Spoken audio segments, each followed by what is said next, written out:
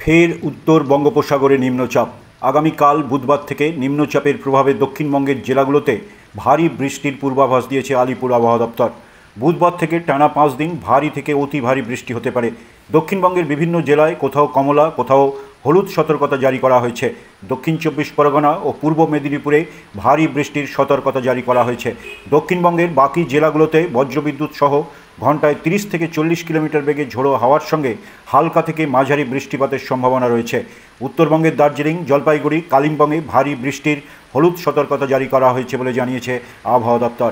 আজ মঙ্গলবারও দক্ষিণবঙ্গের সব জেলায় বিক্ষিপ্তভাবে বজ্রবিদ্যুৎ সহ হালকা থেকে মাঝারি বৃষ্টিপাত চলবে।